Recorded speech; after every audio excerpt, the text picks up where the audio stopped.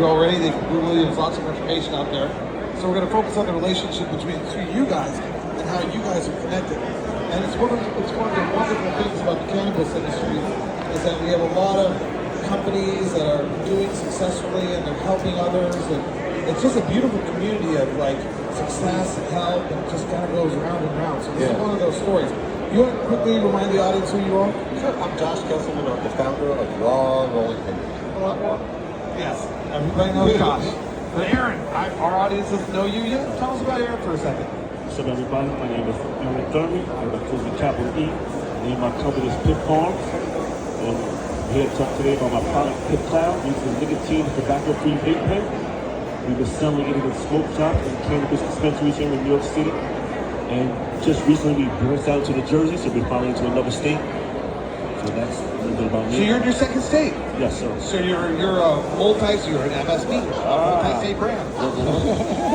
MSO. People might think he's a crazy corporate MSB type, but we're just making stuff up here. You heard MSB phrase before? No, actually I haven't. That's a good one. I gotta learn that one. Oh, I got a whole bunch of them. I got the MSMDO, that's multi-state manufacturing distribution organization. Wow. MSMDO. It sounds like bingo is his name. Yeah. That's a cool thing. There's all kinds of things because this cannabis industry is always evolving. The supply chain is always changing. And MSOs were something invented back in 2013, 14. But MSMOs are coming. MSMDOs are coming. MSBs are here. And we're here with a great one, and we look forward to you being in 50 states one day. Yes, sir. And 16 countries? Yeah, let's talk about it. Do it. That's the goal, man. Yeah. And Raw, of course, is in how many countries? Most countries. Really. Have you counted? Everywhere. No, I think we sell pretty much every country except for maybe not China or North Korea.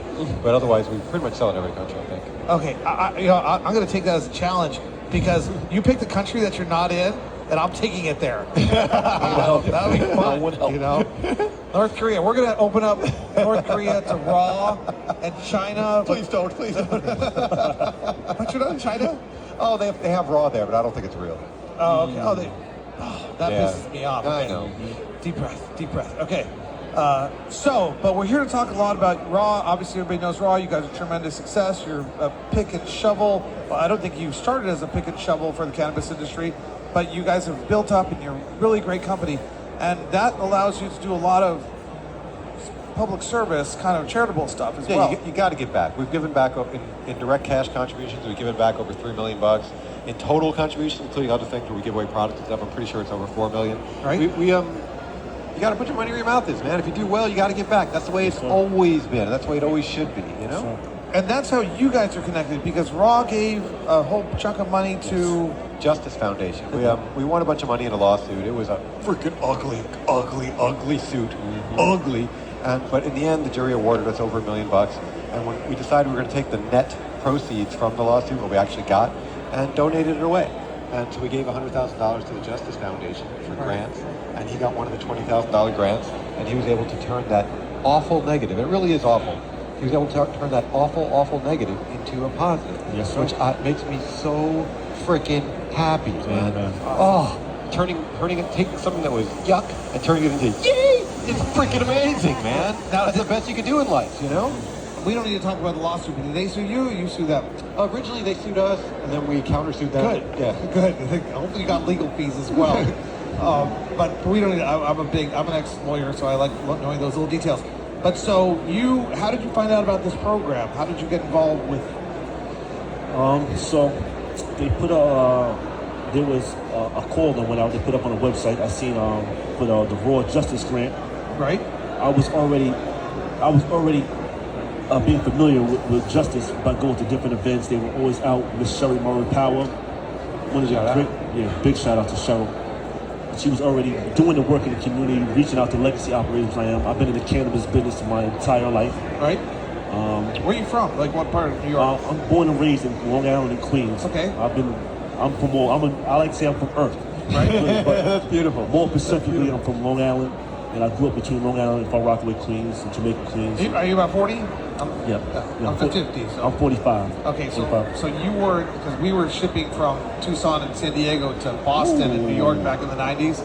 I can say that it's unshackled. It's past the statute of limitations. Definitely. It's all good. So I definitely spend my definitely. We might have done some business together. Either Mendocino County or San Diego. I'm just saying. I've done a lot of business there. You never know. Listen, it's quite possible. Your older brother. No, it would be me. Go on. So how did this evolve? So, like I said, I've been in cannabis business for a long time. I started making vapes in New York City, Mendocino County, coming back and forth every 2 weeks. And I created a vape brand called PiF Sticks. So we were selling them in the clubs and the nightclubs in the evening times, and things were going well. Yeah. But then I got arrested in 2019 for cannabis. And when I was inside, my mother passed away from cancer. She smoked 2 packs of Marlboros a day for 40 years. So heartbroken, being in jail, business in the toilets, got to figure out something new. I heard about the legalization coming, so I got out trying to pivot.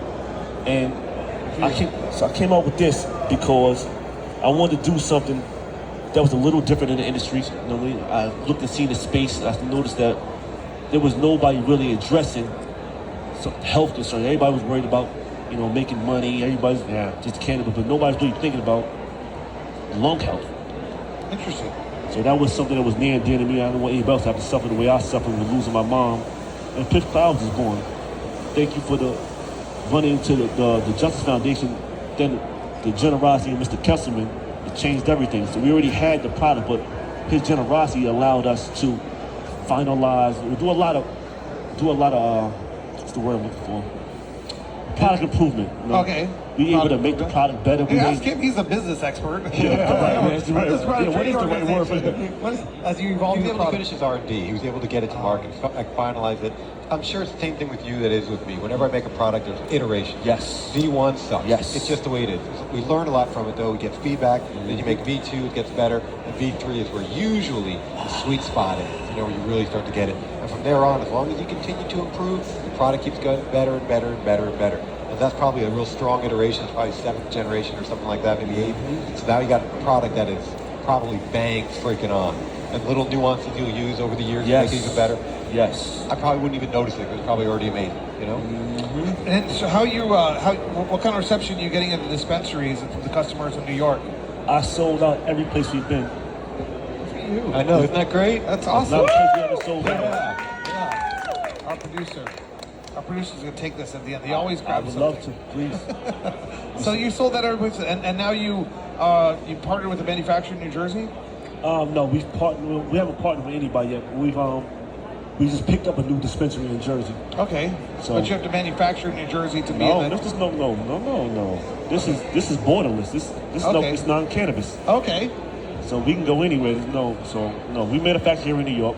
Obviously, we're looking to upgrade and get a better facility, but no, we manufacture in New York, and we have no restrictions because we are nicotine and tobacco free. The good thing about it is the proper definition is a smoke cessation aid or nicotine cessation. Okay. It's really designed to help some of these younger. No, don't say that. You get the FDA jumping all down. Gotcha. No, it's just maybe some people enjoy it that happen to use to smoke. Gotcha. Vaguely, Yes, maybe. yes. Sometimes. That's the. Those guys are nuts, man. Trust me. No, I got We need to have Josh as like a senior editor producer of Right. our show. Oh man, I sued the FDA in 2009. Those guys are brutal. They tried to say all flavored papers were illegal, and I was like, not having it. So yeah, I've just learned that it's best to just never give them a nugget anywhere. So nope, that's not a sensation aid. It's just something that some people enjoy. They like it a lot. And that's the way it is. Yes, Okay, I got it. Right. So we don't have that designation. You're correct. You're right. They Okay. like it, then good for them. So, and this is the first time we met. This is Yeah. kind of how we do Beat Unshackled. Yep. So I'm learning more about the product right now. So that's absolutely fantastic. So what's next for you then? What's your plan? What's your next strategy? Next So move? currently we are New York State business. We put in for a micro business application. We're waiting for that. We have a good queue number.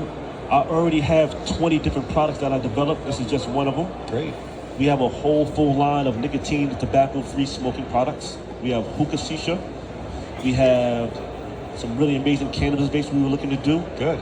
And we're just building our company and looking to expand and follow the footsteps of Mr. Kessleman. Like I said, we want to be, what'd you say, a MSOB?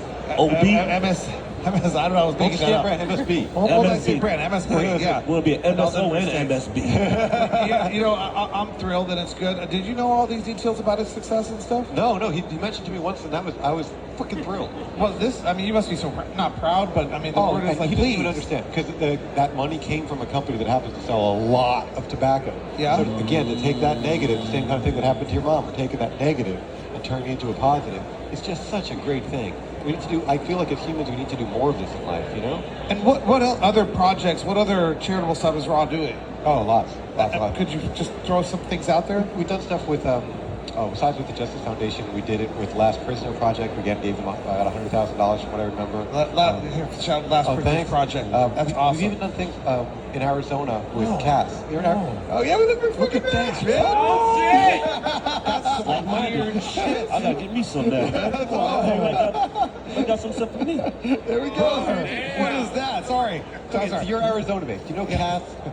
Central Arizona Shelter Services? Yes. I'm probably saying it wrong because it's me.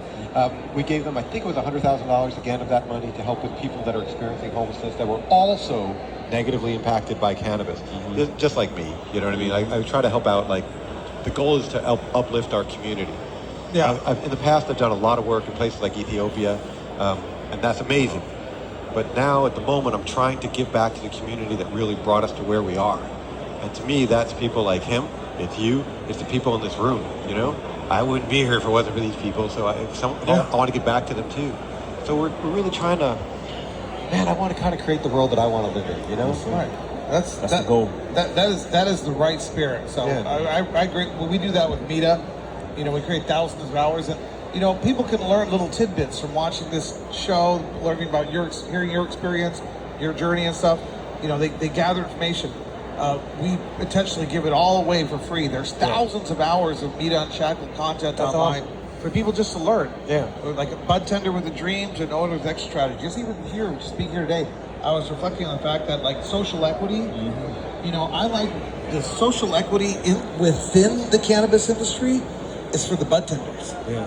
You know, they deserve information, knowledge, content so that they can understand how to rise up in their organizations or take the information that they garner from their dispensaries or even working as a trimmer and stuff and then move on to be their own boss one day.